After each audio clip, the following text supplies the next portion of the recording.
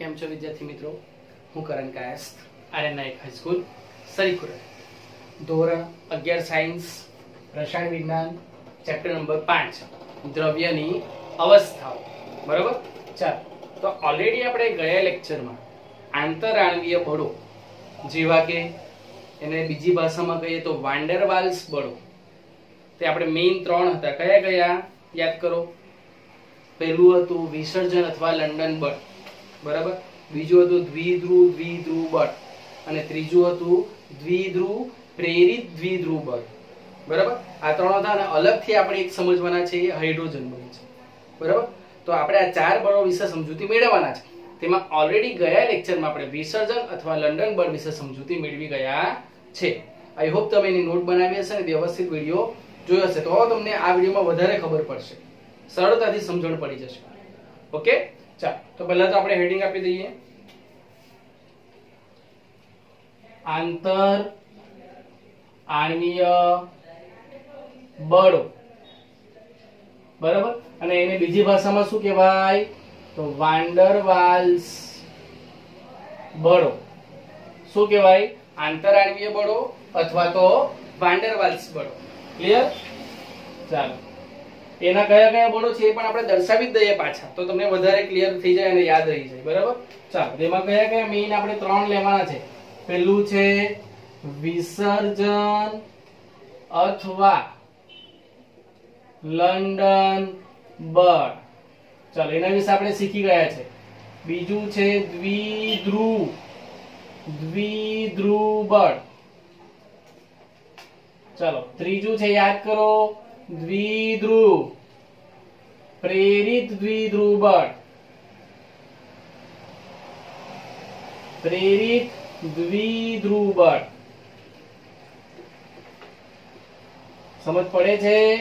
આ 3 આપણા મેઇન છે અને અલગથી આપણે જે શીખવાના છે એ કયું છે? તો હાઇડ્રોજન બંધ. બરાબર. આપણે આ 4 વિશે ચર્ચા કરી હતી અને એમાં પર્ટિક્યુલર આપણે એક શીખ્યા હતા લંડન બળ, બરાબર. જે ક્ષણિક સમય માટે જે આપણું અંદર જે ભાર ઉદ્ભવે, બરાબર, અને એ ભારને કારણે આકર્ષણ જોવા મળે છે અને એ લંડન નામના વૈજ્ઞાનિકે શોધ્યું હતું, એ આપણે ચર્ચા કરી ગયેલા, બરાબર. ચાલો, તો આજના લેક્ચરમાં આપણે પર્ટિક્યુલર દ્વિધ્રુવ વિશે વાત કરીશું અને આગળ દ્વિધ્રુવ પ્રેરિત દ્વિધ્રુવ વિશે વાત કરીશું. એ પહેલા એક મહત્વની જાણકારી તમને આપું કે આ જે આપણા 3 બળો છે, લંડન બળ, દ્વિધ્રુવ અને દ્વિધ્રુવ પ્રેરિત દ્વિધ્રુવ બળ, એ કેવા છે? તો નિર્બળ બળો છે. એમ પણ જે આપણા વાન ડેર વાલ્સ જે બળો છે એ કેવા છે? નિર્બળ બળો છે, બરાબર. મોટે ભાગે બધા જ પ્રકારના પરમાણુઓ અને અણુઓમાં જોવા મળે છે. જો ધ્યાનથી સમજો શું કહેવા માંગુ છું કે આપણા જે વાન ડેર વાલ્સ જે બળ છે એ પરમાણુઓ અને અણુમાં મોટે ભાગે હોય જ છે, બધા જ પરમાણુઓમાં હોય છે મોટે ભાગે, બરાબર. પરંતુ કેટલીક વખત એ લોકો આપણને જોવા નથી મળતા. તો એનું કારણ છે, જો એક એક્ઝામ્પલ લો, ઉદાહરણ લો. ધારો કે મારી પાસે NaCl છે, Na+ અને Cl-, બરાબર. તો આ NaCl નો અણુ છે, એમાં મેઇન કયો બંધ હશે? તો આયનીય બંધ હશે. કયો? આયનીય બંધ, બરાબર. અને એક કેવો બંધ છે? આયનીય કેવો બંધ છે? એક મજબૂત બંધ છે. જો ધ્યાનથી સાંભળજો હું શું સમજાવવા માંગુ છું તે. એક મજબૂત બંધ છે, બરાબર. હવે મેં તમને શું કીધું શબ્દ કે અણુ અને પરમાણુઓમાં આપણા લંડન બળ એટલે કે આપણા વાન ડેર વાલ્સ બળો હોય જ છે. તો આમાં NaCl નો આ જે આપણો અણુ છે તેમાં પણ વાન ડેર વાલ્સ બંધ હશે જ, પરંતુ આમાં આપણે લખી દઈએ કે વાન ડેર વાલ્સ બંધ પણ હશે જ. પણ હવે થાય શું છે કે આ મજબૂત બંધ છે અને વાન ડેર વાલ્સ કેવો છે? આપણો નિર્બળ બંધ છે. કેવો છે? નિર્બળ બંધ છે. તો જ્યારે પણ આપણો કોઈ અણુ કે પરમાણુ હોય તેમાં આપણી પાસે જો મજબૂત બંધ અંદર હાજર હોય તો એની સરખામણીમાં નિર્બળ બંધ છે ઢંકાઈ જાય છે, એ આપણને જોવા મળતો નથી, પણ એકચ્યુઅલમાં એ હોય જ છે ત્યાં. એટલે મગજમાં ક્લિયર થાય છે વસ્તુ કે વાન ડેર વાલ્સ પ્રકારના જે આપણા 3 છે, આ લંડન, દ્વિધ્રુવ અને દ્વિધ્રુવ પ્રેરિત દ્વિધ્રુવ, એ મોટે ભાગે બધા જ પ્રકારના અણુ પરમાણુમાં જોવા મળે છે, પરંતુ જ્યારે એના કરતા કોઈ આ 3 કરતા કોઈ વધારે મજબૂત બળ અંદર હાજર હોય ત્યારે આ 3 ની હાજરી આપણે નિહાળી શકતા નથી, જોઈ શકતા નથી. ક્લિયર થાય છે? તો આટલી વસ્તુ તમને એમસીક્યુ માં કામ આવી શકે છે, એટલે મેં તમને સમજાવી છે. વ્યવસ્થિત એને નોટ કરી લો, વિડિયો રિવાઇન્ડ કરો, હું શું બોલ્યો છું અને વ્યવસ્થિત નોટ કરો. સમજ પડે છે? ચાલો હવે આપણે આગળ જઈશું. આગળ આપણે આજે જોવાના જે ટોપિક છે તે આપણો દ્વિધ્રુવ બળ. ચલો એનો હેડિંગ આપી દો. શું જોવાના છે આપણે આજે? બીજો આપણો જે બળ છે એ બીજા નંબરનું કયું છે? તો દ્વિધ્રુવ બળ. બરાબર, શું જોવાના છે આપણે? દ્વિધ્રુવ. ચાલ એના વિશે ચર્ચા કરીએ હવે આપણે. તો આપણે જે લંડન બળની જે વાત કરેલી હતી, એ લંડન બળ કેવું? તો એક ક્ષણિક સમય માટે એમાં કંઈક થાય અને ભારની વહેંચણી થતી હતી. યાદ કરો, આ રીતે હતું આપણું, અને એમાં ક્ષણિક સમય માટે આ રીતે પોઝિટિવ અને નેગેટિવ વેચાતું. શેમાં? તો લંડનમાં. બરાબર. ત્યારે દ્વિધ્રુવમાં કેવું થાય છે? ક્ષણિક સમય નથી કે દ્વિધ્રુવ બળ ક્યારે ઉદ્ભવે? તો એક કાયમી દ્વિધ્રુવીયતા ધરાવતા અણુઓ વચ્ચે જ ઉદ્ભવે. શબ્દ સાંભળજો, કાયમી દ્વિધ્રુવીયતા ધરાવતા અણુઓ વચ્ચે. હવે દ્વિધ્રુવ કોને કહેવાય? કેટલાને મગજમાં નહીં હોય દ્વિધ્રુવ. તો જો આ મારો એક પોઝિટિવ ધ્રુવ છે અને આ એક નેગેટિવ ધ્રુવ છે. આ મારો એક ધ્રુવ થઈ ગયો, આ એક ધ્રુવ, અને આ મારો બીજો ધ્રુવ થઈ ગયો. આ એક ધ્રુવ છે એ મારો પ્લસ છે અને એક ધ્રુવ છે એ મારો માઈનસ છે. તો આ બંનેને આપણે જો સાથે બોલવું હોય તો શું બોલાય? દ્વિધ્રુવ બોલાય. શું બોલાય? દ્વિધ્રુવ. હવે સમજ પડે છે? દ્વિધ્રુવ. ક્લિયર થાય છે શબ્દ? ચાલો, અને અહીંયા કન્ડિશન શું છે કે કાયમી દ્વિધ્રુવ ધરાવતો અણુ હોવો જોઈએ, ક્ષણિક સમય માટે નહીં. કાયમી દ્વિધ્રુવ ધરાવતા અણુઓ હોય, બંને એકબીજા સાથે જોડાય અને દ્વિધ્રુવ બળ રચે છે. એને હવે આપણે સમજીશું. ક્લિયર થાય છે? ચાલો, તો આપણો પહેલો મુદ્દો આપણે દર્શાવીશું અહીં. ચલો, પહેલો મુદ્દો શું છે આપણો? કાયમી માટેનો છે. તો દ્વિધ્રુવ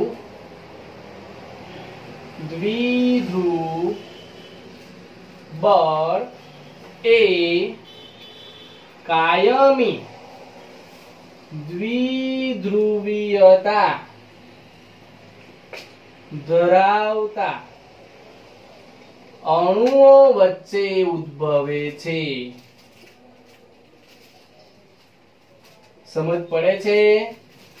શબ્દ શું છે? કાયમી. આ શબ્દ પર તમે ધ્યાન આપજો. કાયમી શબ્દ, કાયમી દ્વિધ્રુવીયતા, ક્ષણિક સમય માટે નહીં.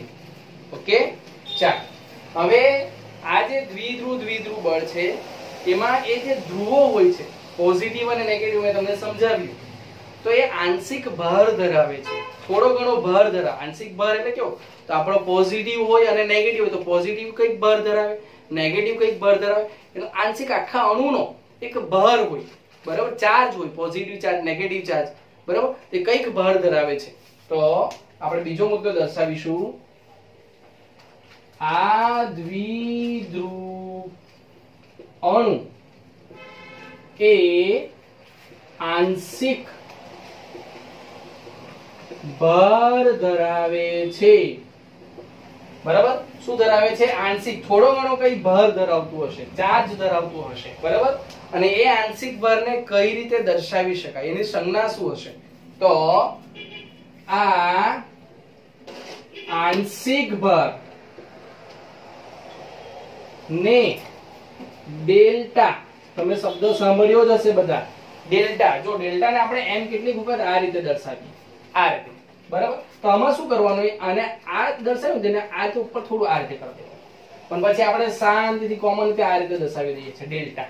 બરાબર? એટલે આ અને આ સરખું જ છે, તમે જે રીતે ફાવે એ રીતે દર્શાવી શકો. બરાબર? તો આંશિક ભારને ડેલ્ટા વડે દર્શાવવામાં આવે છે. ડેલ્ટા વડે દર્શાવવામાં આવે છે. ક્લિયર? હવે ધારો કે મારો આંશિક ભાર એ પોઝિટિવ હોય અથવા તો નેગેટિવ હોય. બરાબર ને? સમજો, આપણી પાસે આ જે પોલ છે, આપણો આ એક આ ધ્રુવ છે, તેમાં પોઝિટિવ અને નેગેટિવ છે. તો પોઝિટિવ હોય તેને આપણે ડેલ્ટા પ્લસ કહી શકાય, અને જે નેગેટિવ હોય તેને ડેલ્ટા માઈનસ કહી શકાય. બરાબર? એટલે અહીં આપણને બે પ્રકાર જોવા મળે. ધન હોય તો એને શું કહેવાય? ડેલ્ટા પ્લસ અને ડેલ્ટા માઇનસ, ઋણ હોય તો ડેલ્ટા માઇનસ. એ પ્રકારે આપણે આંશિક ભાર જોઈ શકીએ છીએ. ક્લિયર થાય છે? હવે મેઇન મુદ્દો આવે છે કે આ જે આપણાને દ્વિધ્રુવ અણુમાં જે આ આંશિક ભાર જોવા મળે છે ડેલ્ટા પ્લસ અને ડેલ્ટા માઇનસ, એ જે આપણા ઇલેક્ટ્રોનનો ભાર છે, ઇલેક્ટ્રોનનો ભાર કેટલો છે યાદ કરો, 1.6 × 10⁻⁻19 કુલમ. તો આ આપણો જે આંશિક ભાર છે દ્વિધ્રુવ અણુનો, એ ઇલેક્ટ્રોનના આંશિક ભાર કરતા હંમેશા ઓછો હોય છે. મગજમાં ફિટ કરી દેવા શબ્દ, બરાબર? એમસીક્યુ માં તમને પૂછાઈ શકે. ચાલો તો શું વાત કરીએ આપણે કે દ્વિધ્રુવ અણુના આંશિક ભાર એ ઇલેક્ટ્રોનના કેટલો છે 1.6 × 10⁻⁻19 કુલમ. યાદ કરો, વારંવાર આવે છે. ઇલેક્ટ્રોનના આંશિક ભાર ઇલેક્ટ્રોનના ભાર કરતા હંમેશા ઓછો હોય છે. ક્લિયર થાય છે વસ્તુ? કે દ્વિધ્રુવ આપણો જે અણુ હશે એનો આંશિક ભાર કઈક હશે, એ આંશિક ભાર એ ઇલેક્ટ્રોનના ભાર કરતા હંમેશા ઓછો હોય છે. એટલે એના કરતા કેવો હોવાનો? ઓછો હોવો. સમજ પડે છે? ચાલો તો આને તમે વ્યવસ્થિત નોટ કરજો, તમને એમસીક્યુ ની અંદર પૂછાઈ શકે છે. ક્લિયર થાય છે? હંમેશા કેવો હોય? ઓછો હોય. ક્લિયર થાય વસ્તુ? ચાલ હવે આ જે દ્વિધ્રુવ બળ છે, બરાબર? તો કેવી રીતે? તો એક દ્વિધ્રુવ આપણે અણુ લેવાનો અને એક બીજો દ્વિધ્રુવ. મારી પાસે ધારો કે આ એક દ્વિધ્રુવ અણુ છે, વ્યવસ્થિત ધ્યાનથી જોજો. અહીં ધારો કે મારો પોઝિટિવ છે અને અહીં નેગેટિવ છે. આ એક દ્વિધ્રુવ અણુ છે. એ જ રીતે આ મારો બીજો દ્વિધ્રુવ અણુ છે, એમાં અહીં મારો નેગેટિવ છે અને અહીં મારો પોઝિટિવ છે. તો આ રીતે દ્વિધ્રુવ અણુ નજીક આવશે, પારસ્પરિક ક્રિયા થશે અને દ્વિધ્રુવ બળ ઉત્પન્ન થાય છે. સમજ પડે છે? એટલે આપણે મુદ્દો શું લખી શકાય? તો દ્વિધ્રુવ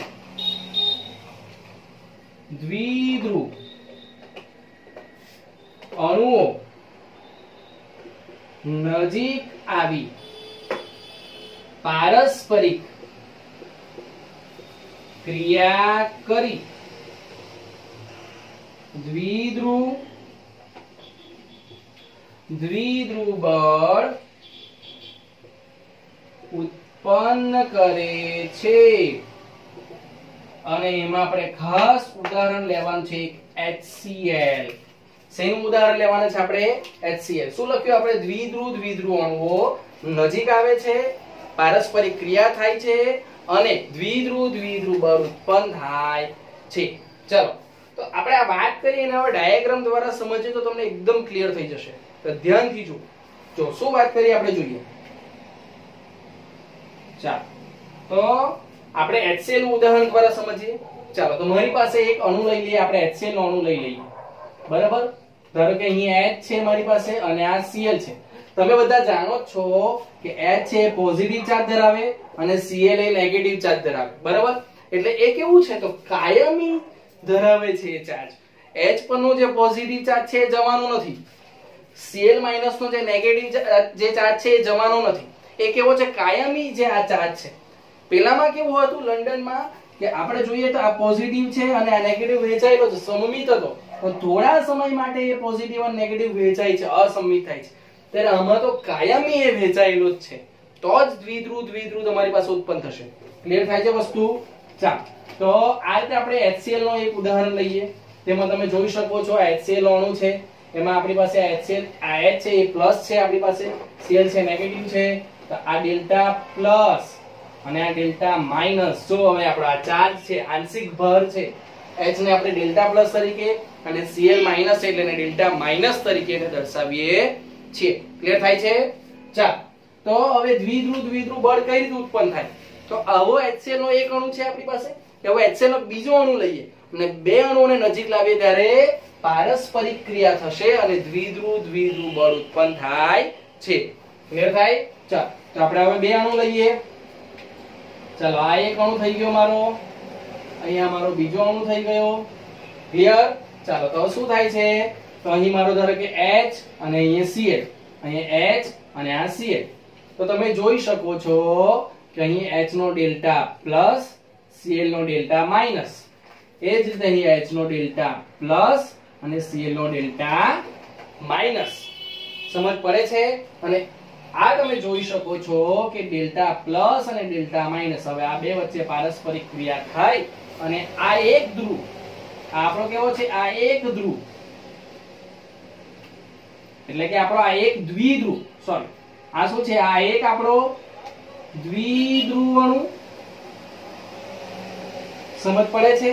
અને આ એક આપણો બીજો દ્વિધ્રુવ અણુ, બરાબર. હવે આ જો તમે શબ્દ જો, એક દ્વિધ્રુવ લઈ લીધો આપણે આ, અને આ બીજો દ્વિધ્રુવ, તો તમને જો દ્વિધ્રુવ બળ ઉત્પન્ન થઈ ગયું. ક્લિયર થાય છે વસ્તુ?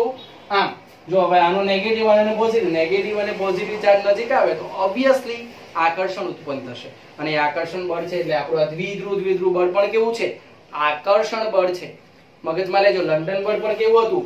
આકર્ષણ બળ હતું. ક્લિયર થાય છે? ચાલો, તો અહીં આપણે લખી શકાય કે HCl દ્વિધ્રુવ અણુમાં પારસ્પરિક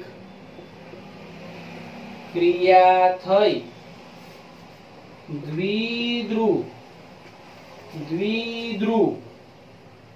બળ જોવા મળે છે. ક્લિયર થાય છે વસ્તુ? ચાલો, તો આ રીતે આપણે જોઈ શકાય. સમજ પડે છે? ચાલો, તો હવે અહીં એક મહત્વની બાબત છે કે આપણો જે આ આપણો એક દ્વિધ્રુવ અણુ છે, આ H પ્લસ, અહીંયા ડેલ્ટા પ્લસ અને આ ડેલ્ટા માઈનસ, તો આ જે Cl માઈનસ છે, તો ક્લોરીન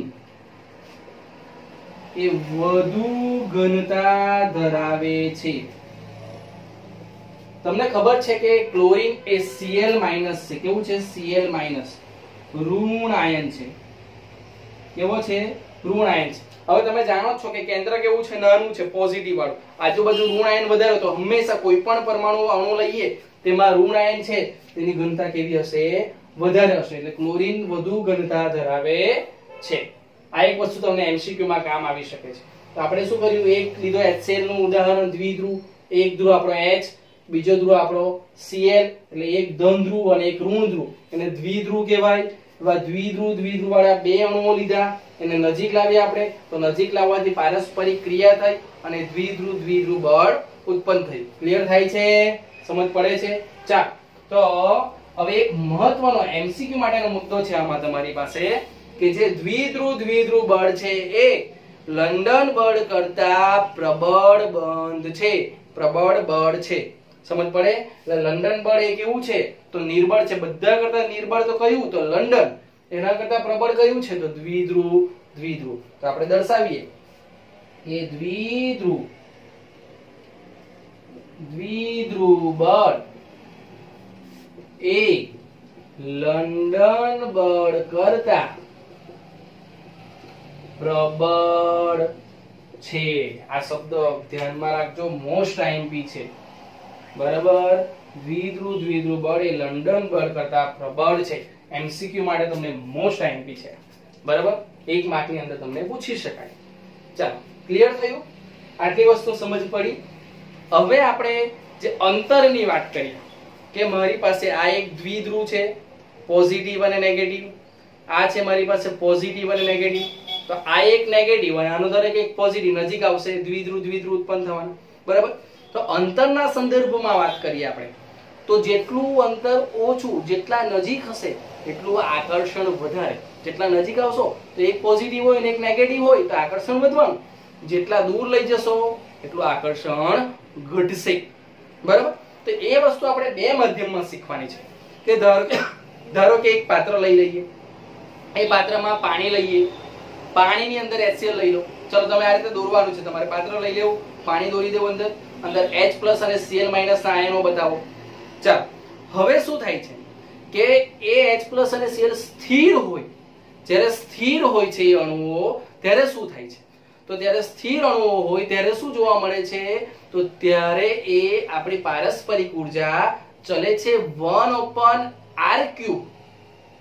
પારસ્પરિક ઊર્જા ચલે છે 1/r³ આપણાને સંબંધ મળે છે. અને જ્યારે ફરતા અણુઓ હોય ત્યારે જે HCl છે આપણે એને હલાવી દઈશું હવે, તો ફરતા હશે ત્યારે પારસ્પરિક ઉર્જા ચલે છે 1/r/6 આપણને સંબંધ જોવા મળે છે. ચલો એને સમજીએ પહેલા લખી દઈએ આપણે આગળનો મુદ્દો કે સ્થિર દ્વિધ્રુવ અણુમાં પારસ્પરિક ઉર્જા ચલે છે 1/r³ અને જ્યાં r બરાબર શું છે તો અંતર, બરાબર. ચાલો અને ઘૂમતા દ્વિધ્રુવ અણુમાં તો શું જોવા મળે? પારસ્પરિક ઉર્જા ચલે છે 1/r/6. જો આ બે સંબંધ તમારે ધ્યાનમાં રાખવાના છે. હું તમને સમજાવું છું કે આ શું કહેવા માંગે છે, બરાબર. બહુ ઇમ્પોર્ટન્ટ સંબંધો છે આ. ચાલો તો એને સમજવાની કોશિશ કરીએ કે પારસ્પરિક ઉર્જા ચલે છે 1/r³ અને અહીંયા છે 1/r/6. તો આ મૂલ્ય ઓછું છે, ઘૂમતા અણુનું મૂલ્ય ઓછું છે અને સ્થિર છે તેનું મૂલ્ય વધારે છે, અંતરનું મૂલ્ય. તો તમને સમજાવું કે જ્યારે આપણે પાત્ર લીધું, અંદર HCl લઈ લીધો, બરાબર. તો જ્યારે સ્થિર હશે ત્યારે થોડા ડિસ્ટન્સમાં હશે અથવા થોડા નજીક હશે, પોસિબિલિટી, બરાબર. નજીક પણ હોઈ શકે અને થોડા છૂટા છૂટા પણ બેસેલા હોઈ શકે, બરાબર. એટલે જ્યારે અંતર કેટલું છે તો r³ છે, થોડું અંતર હશે, બરાબર. પણ બળ તો જોવા મળવાનું, થોડું અંતર તો બી પોઝિટિવ નેગેટિવ આકર્ષણ તો જોવા મળવાનું છે. પરંતુ જ્યારે તમે એને ઘૂમતા અણુ, જ્યારે તમે એને હલાવશો તો આપણે અંદર HCl ને જ્યારે હલાવીએ ત્યારે કન્ટિન્યુઅસ અથડાયા કરશે. અંદર એક H+ હશે, એક Cl- તો કન્ટિન્યુ તમે હલાવો તો કેવું એ અથડાયા કરે એટલે કેવું અંતર કન્ટિન્યુઅસ એનું કેવું થવાનું? ઓછું થવાનું. તમે અંદર જો હલાવ્યા જ કરો હોય ને ઘૂમતા અણુ તો કેવા હશે? અંતર ઓછું ને ઓછું જ થતું જવાનું. કન્ટિન્યુઅસ જરાક વાર દૂર જશે પણ પાછા તરત અથડાઈ જશે. એ રીતે ઘૂમતા અણુમાં તમને મૂલ્ય, અંતરનું મૂલ્ય કેવું ઓછું જોવા મળશે અને જે સ્થિર છે તેમાં એટલું બધું બી કઈ ઓછું નથી. 1/r³ આ એકદમ નજીકના જ મૂલ્ય છે, પણ આ બંનેની સરખામણી કરી છે. ક્લિયર થાય છે? એના પરથી આપણે કોમન અહીંયા લખી શકાય મુદ્દો કે અંતર ઓછું તો આકર્ષણ વધુ. જેટલું અંતર ઓછું હશે એટલું આકર્ષણ વધુ હશે. ક્લિયર થાય છે? તો આ થઈ ગઈ વાત આપણી દ્વિધ્રુવ બળ વિશે. ક્લિયર થાય? અહીંયા આપણે HCl નું એક્ઝામ્પલ લીધું છે. તમે કોઈ બીજું KCl નું એક્ઝામ્પલ પણ લઈ શકો. K+ અને Cl- એવા KCl ના બે અણુઓ લો, નજીક લાવીશું આપણે તો દ્વિધ્રુવ બળ ઉત્પન્ન થશે. કન્ડિશન કઈ યાદ રાખવાની છે? કાયમી દ્વિધ્રુવીયતા ધરાવતા અણુઓ વચ્ચે ઉદ્ભવે છે. આપણે લંડન બળમાં ખાસ વારંવાર બોલું છું કે લંડન બળમાં ક્ષણિક સમય માટે આપણાને ધ્રુવ ઉત્પન્ન થાય છે, દ્વિધ્રુવ ઉત્પન્ન થાય છે. ત્યારે આમાં તો કાયમી દ્વિધ્રુવીયતા વાળા આપણે અણુઓ લેવાના છે અને એમાં આપણે આ ઉત્પન્ન થાય છે. તમે જોઈ શકો છો કે આ ડેલ્ટા માઈનસ છે અને ડેલ્ટા પ્લસ છે, તો એ બંને વચ્ચે શું થશે? આકર્ષણ થશે. એટલે આ એક ધ્રુવ અને આ એક બીજો ધ્રુવ, એટલે આ એક દ્વિધ્રુવ, આપણે H+ એટલે એક ધ્રુવ અને Cl- એટલે બીજો ધ્રુવ. તો આ એક દ્વિધ્રુવ અને આ એક બીજો દ્વિધ્રુવ, એ બંને વચ્ચે ઉત્પન્ન થયું એટલે દ્વિધ્રુવ બળ તરીકે ઓળખવામાં આવે છે. અને એના ચાર્જને આપણે ડેલ્ટા પ્લસ અથવા ડેલ્ટા માઈનસ અને મગજમાં ફિટ કરી દેવાનું કે આ જે આંશિક ભાગ છે ડેલ્ટા પ્લસ અને ડેલ્ટા માઈનસ એ હંમેશા ઇલેક્ટ્રોનના ભાર કરતા ઓછો હોય છે. ક્લિયર થાય છે? અને જે આપણો દ્વિધ્રુવ બળ છે એ લંડન બળ કરતા પ્રબળ છે, મજબૂત છે, બરાબર. દ્વિધ્રુવ બળ કેવો છે? મજબૂત છે. કોના કરતા? તો લંડન બળ કરતા. એ ધ્યાનમાં રાખો. અને આ ઉર્જા અને આ અંતર વિશેનો જે આપણો સંબંધ છે એ તમે ધ્યાનમાં રાખો. અને આ એક્ઝામ્પલ આપણે આપ્યું છે HCl નું, એ વ્યવસ્થિત મગજમાં રાખો તો ઈઝીલી તમને આ થિયરીમાં સમજ પડી જશે. ચલો પહેલા તમે એનો સ્ક્રીનશોટ લઈ લો. ઓકે, સ્ક્રીનશોટ લઈ લો, લખી લો વ્યવસ્થિત. મેં મુદ્દા વાઇઝ જ લખ્યું છે એટલે તમે નોટ સરળતાથી એને બનાવી શકશો, બરાબર. વ્યવસ્થિત લખી લો, ત્યારબાદ આપણે આગળ જઈએ.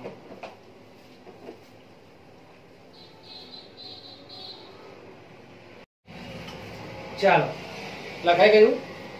આગળ જઈએ. આગળ છે આપણો ત્રીજું બળ છે એ કયું છે? દ્વિધ્રુવ પ્રેરિત દ્વિધ્રુવ બળ. ચાલો હેડિંગ આપી દો પહેલા તો. ત્રીજો નંબર દ્વિધ્રુવ પ્રેરિત દ્વિધ્રુવ બળ. ક્લિયર? ચાલો અંડરલાઈન કરી દઈએ આપણે એને. તો આપણે વિસર્જન શીખી ગયા, દ્વિધ્રુવ દ્વિધ્રુવ શીખી ગયા. હવે દ્વિધ્રુવ પ્રેરિત દ્વિધ્રુવ શીખવાના. તો એમાં શું થાય છે? તો આમાં શું હોય છે કે એક જે દ્વિધ્રુવ અણુ હોય છે એ કાયમી દ્વિધ્રુવીયતા ધરાવે છે. કેવું છે? એક દ્વિધ્રુવ અણુ એ કાયમી દ્વિધ્રુવીયતા ધરાવે છે અને એક અણુ હશે ને એ અધ્રુવીય અણુ હશે. એ વિદ્યુતીય રીતે કેવો હશે? તટસ્થ હશે. તો એ શું કરે કે એક દ્વિધ્રુવ અણુ છે ને એ બીજાને પ્રેરિત કરે કે ભાઈ તું પણ દ્વિધ્રુવીયતા ઉત્પન્ન કર. હવે ધારો કે આ મારી રેડ છે, એ કેવી છે? અધ્રુવીય છે. વિદ્યુતીય રીતે કેવું છે? તટસ્થ છે. એમાં દ્વિધ્રુવ જોવા મળતા નથી. બરાબર? સરખે ભાગે વેચાય છે. પેલો આપણે પહેલા જોયું લંડનમાં પોઝિટિવ અને નેગેટિવ અથવા તો અધ્રુવીય એટલે કોઈ ધ્રુવ જ નથી આમાં, એવું વિચારી લઈએ. આમાં કોઈ પોઝિટિવ અને નેગેટિવ ધ્રુવ નથી, તટસ્થ છે. તો આ જે મારું છે બ્લેક છે, તમે જોઈ શકો છો તેમાં પોઝિટિવ અને નેગેટિવ વહેંચાયેલા છે. તો આ જે દ્વિધ્રુવ અને પ્રેરિત કરશે, આ લાલને પ્રેરિત કરે કે ભાઈ તું પણ દ્વિધ્રુવીયતા ઉત્પન્ન કર જ્યારે આ નજીક આવશે ત્યારે. તો શું કહેવાય કે આ દ્વિધ્રુવ અને પ્રેરિત કરે છે એટલે દ્વિધ્રુવ પ્રેરિત દ્વિધ્રુવ બળ. સમજ પડે છે શબ્દમાં? ચાલ, તો પેલું વાક્ય એના પરથી આપણને મુદ્દો મળી જાય કે દ્વિધ્રુવ પ્રેરિત દ્વિધ્રુવ બળ એ કાયમી, શબ્દ સાંભળજો, કાયમી દ્વિધ્રુવીયતા ધરાવતા અણુઓ અને અહીં લખે છે અને કાયમી દ્વિધ્રુવીયતાની ઉણપ ધરાવતા, શબ્દ સમજો, ઉણપ ધરાવતા અણુઓ વચ્ચે જોવા મળે છે. જો આપણે મુદ્દો લખી દીધો, જે વાત કરીને મુદ્દો આપણે દર્શાવ્યો છે. શું? કે દ્વિધ્રુવ પ્રેરિત દ્વિધ્રુવ બળ તો કાયમી દ્વિધ્રુવીયતા ધરાવતા, બરાબર, એ અણુઓ છે એ જ્યારે આપણે કાયમી દ્વિધ્રુવીયતા ધરાવતો અણુ ન હોય, ઉણપ હોય, તેની નજીક લઈ જઈએ તો એ શું કરશે? પ્રેરિત કરશે બીજા અણુને કે ભાઈ તું પણ દ્વિધ્રુવીયતા ઉત્પન્ન કર. પ્રેરે છે એટલે એની કહેવાય દ્વિધ્રુવ પ્રેરિત દ્વિધ્રુવ બળ. સમજ પડે છે? ક્લિયર થાય છે? ચાલ, તો એને આપણે આકૃતિ દ્વારા સમજીએ કે ધારો કે આ એક મારો દ્વિધ્રુવ અણુ છે. ધારો કે અહીંયા લઈ લો A+ અને B-. તો આ શું છે? મારો કાયમી દ્વિધ્રુવીયતા ધરાવતો અણુ. ક્લિયર થાય છે? ચાલ, હવે હું બીજો લઈ લઉં. અહીંયા આમાં કોઈ પણ હું પોઝિટિવ નેગેટિવ બળ દર્શાવતો નથી એટલે એને નામ આપી દેવું અધ્રુવીય અણુ. શું છે? અધ્રુવીય અણુ. ક્લિયર થાય વસ્તુ? તો આ વસ્તુ છે, તો એમાંથી શું થશે? આપણને શું થાય? તો હવે આ દ્વિધ્રુવીયતા છે, તમે જોઈ શકો છો. આ એક ધ્રુવ, પાછું દર્શાવો, અહીંયા આપણે આગળ દર્શાવી જ ગયા છે. તો આ શું છે? આ આપણો એક ધ્રુવ અને આ આપણો બીજો ધ્રુવ. તો આ બંનેને કોમન શું કહેવાય? દ્વિધ્રુવ. બરાબર? તો આ એક દ્વિધ્રુવ વાળો અણુ છે એ આની નજીક જશે. આ અધ્રુવીય છે, એમાં કોઈ ધ્રુવ નથી. તો આ એને કહેશે કે ભાઈ પ્રેરિત કરે છે, પ્રેરિત કરે છે, પ્રેરિત કરે કે ભાઈ તું પણ દ્વિધ્રુવ ઉત્પન્ન કર. સમજ પડે છે વાતમાં? એટલે શું થાય? તો તમે જો કે આપણો આ રીતે આ A+ છે અને B- આપણો દ્વિધ્રુવ અણુ છે. તો આ જે અણુ છે તે કઈ રીતે તમે જો, એને હું આ રીતે દર્શાવું છું કે એમાં આ રીતે પોઝિટિવ અને નેગેટિવ બળ ઉત્પન્ન કરે છે, પ્રેરિત કર્યું. તો આપણે અહીં લખી શકાય કે અહીં પ્રેરિત થાય છે અથવા તો વિકૃત શબ્દ છે, અથવા શું થાય છે? વિકૃતિ ઉત્પન્ન થાય છે, વિકૃતિ ઉત્પન્ન થાય છે. સમજ પડે છે? એટલે શું થાય કે કાયમી જે દ્વિધ્રુવીયતા વાળો અણુ છે, બરાબર, એ જે વિદ્યુતીય રીતે તટસ્થ હોય આપણી પાસે, આ વિદ્યુતીય રીતે તટસ્થ અથવા તો અધ્રુવીય, તેમાં શું કરે છે? વિકૃતિ ઉત્પન્ન કરે છે અને એને પ્રેરિત કરે છે. અને આ જે બળ ઉત્પન્ન થાય અહીંયા, હવે તમે જોઈ શકો છો, આ જે બળ ઉત્પન્ન થયું અહીંયા, જે આપણો આ નેગેટિવ છે ડેલ્ટા માઇનસ અને આ ડેલ્ટા પ્લસ, તો અહીંયા શું ઉત્પન્ન થયું? આપણું દ્વિધ્રુવ, પ્રેરિત દ્વિધ્રુવ બળ ઉત્પન્ન થાય છે. ક્લિયર થાય છે? વસ્તુ વ્યવસ્થિત દર્શાવી આપણે એને અહીંયા કે આનું ડેલ્ટા માઇનસ ચાર્જ હશે અને આનો કેટલો હશે? તો ડેલ્ટા પ્લસ. તો આ જે ઉત્પન્ન થયું આપણું દ્વિધ્રુવ પ્રેરિત દ્વિધ્રુવ બળ. ક્લિયર થઈ જવું જોઈએ તમને શબ્દ, બરાબર? ચાલો, ઊર્જાના સંદર્ભમાં આપણે દર્શાવીએ તો આની ઊર્જા આપણે લંડન બળ જેવી જ છે કે પારસ્પરિક ઊર્જા ચલે છે 1/r⁶ અને જ્યાં r બરાબર શું છે? અંતર. ક્લિયર થાય?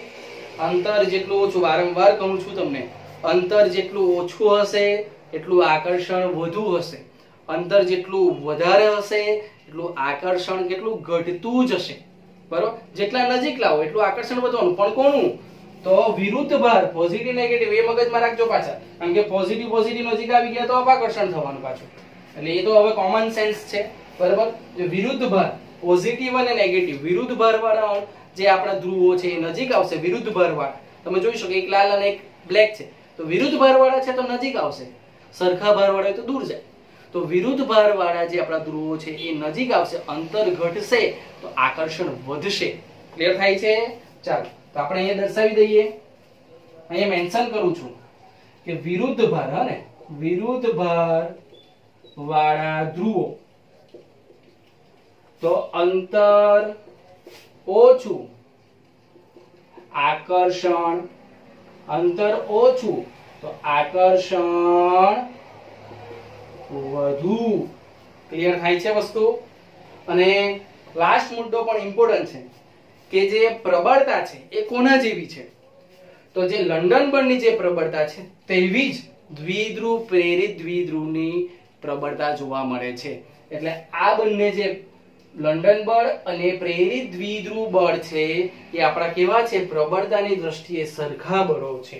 ચાલો, તો પ્રબળતાની દ્રષ્ટિએ દ્વિધ્રુવ પ્રેરિત દ્વિધ્રુવ એ લંડન બળ સાથે સરખાપણું ધરાવે છે. ક્લિયર થાય છે કે પ્રબળતાની દ્રષ્ટિએ દ્વિધ્રુવ પ્રેરિત દ્વિધ્રુવ એ લંડન બળ સાથે સરખાપણું ધરાવે છે. એટલે પ્રબળતા કેવી છે? તો લંડન બળની અને દ્વિધ્રુવ પ્રેરિત દ્વિધ્રુવની સરખી છે, બરાબર? બંને સરખી રીતે પ્રબળ છે. એટલે એના પરથી કોમન સેન્સ આપણે લગાવી શકીએ કે દ્વિધ્રુવ કેવું હશે? તો બંને કરતા પ્રબળ હશે. એમસીક્યુ તમને મળે છે. ક્લિયર થાય છે? ચાલો, તો આપણે શું જોયું? દ્વિધ્રુવ પ્રેરિત દ્વિધ્રુવ બહુ સિમ્પલ છે, બે જ વાક્યમાં પતી જાય છે. આપણે બહુ સિમ્પલ રીતે સમજવું હોય તો એક આપણી પાસે કાયમી દ્વિધ્રુવ ધરાવતો અણુ છે, બરાબર? A+ અને B-. તો એક બીજો અણુ છે એમાં આપણી પાસે અધ્રુવીય છે, એમાં કોઈ આપણને ધ્રુવ જોવા મળતા નથી. તો જ્યારે આ દ્વિધ્રુવીયતા અણુ આની નજીક આવશે તો એ શું કરશે? પ્રેરિત કરશે. આને પ્રેરિત કરશે કે તું પણ દ્વિધ્રુવીયતા ઉત્પન્ન કરે. એટલે આમાં પણ થોડા સમય માટે વિકૃતિ ઉત્પન્ન થાય છે, પ્રેરિત થાય છે અને દ્વિધ્રુવ ઉત્પન્ન કરે છે. આને કહેવાય દ્વિધ્રુવ પ્રેરિત દ્વિધ્રુવ બળ. ક્લિયર થાય છે વસ્તુ? ચાલો, તો અહીંયા તમે લખી પણ શકાય એક વસ્તુ કે દ્વિધ્રુવ ધરાવતો અણુ એ અધ્રુવીય અણુમાં વિકૃતિ ઉત્પન્ન કરે છે અને તેને પ્રેરિત કરે છે. ત્યારે દ્વિધ્રુવ પ્રેરિત દ્વિધ્રુવ બળ ઉત્પન્ન થાય છે. એકદમ ક્લિયર થઈ ગયું. શોર્ટમાં તમને સમજાવી દીધું કે દ્વિધ્રુવ ધરાવતો અણુ છે આપણી પાસે આ, બરાબર. આ કયો છે તો આપણે લખ્યું કાયમી દ્વિધ્રુવીયતા ધરાવતો અણુ. એ શું કરે? પ્રેરિત કરે. કોને? તો અધ્રુવીય અણુ અથવા તો વિકૃતિ ઉત્પન્ન કરે. આ શબ્દ આપણી ચોપડીમાં આપ્યો છે, વિકૃતિ ઉત્પન્ન, એટલે મેં દર્શાવ્યો છે, બરાબર. અથવા તો શું કરે? તેને પ્રેરિત કરે. અહીંયા લખીએ આપણે અથવા. વિકૃતિ ઉત્પન્ન કરે અથવા શું કરે છે? તેને પ્રેરિત કરે. અને જ્યારે ઉત્પન્ન થાય બળ તેને કહેવાય દ્વિધ્રુવ પ્રેરિત દ્વિધ્રુવ બળ ઉત્પન્ન થાય છે. ક્લિયર થાય છે? તો વિદ્યાર્થી મિત્રો, અહીંયા જે આપણે દર્શાવ્યું છે આ દ્વિધ્રુવ પ્રેરિત દ્વિધ્રુવ બળ, એટલે આપણે ઓલરેડી હવે 3 શીખી ગયા. વિસર્જન અથવા લંડન, દ્વિધ્રુવ દ્વિધ્રુવ અને દ્વિધ્રુવ પ્રેરિત દ્વિધ્રુવ. આ ત્રણે ત્રણ બળો એ વાન ડેર વાલ્સ બળો, નિર્બળ બળો છે. પાછો હું રિપીટ કરું છું, નિર્બળ બળો છે, બરાબર. બધા જ પ્રકારના મોટે ભાગેના પરમાણુઓ અને અણુઓમાં જોવા મળે છે, પરંતુ જ્યારે એના કરતા પ્રબળ કોઈ આવી જાય ત્યારે એ લોકો ઢંકાઈ જાય છે અને આપણને એની હાજરી જોવા મળતી નથી. બાકી એ હાજર જ હોય છે. ક્લિયર થઈ છે વસ્તુ? ચાલો, તો આનો સ્ક્રીનશોટ લઈ લો, તમે એને ઉતારી લો, બરાબર. ત્યાર પછી આપણે નેક્સ્ટ લેક્ચરમાં હાઇડ્રોજન બંધ વિશે આપણે ચર્ચા કરીશું. Thank you.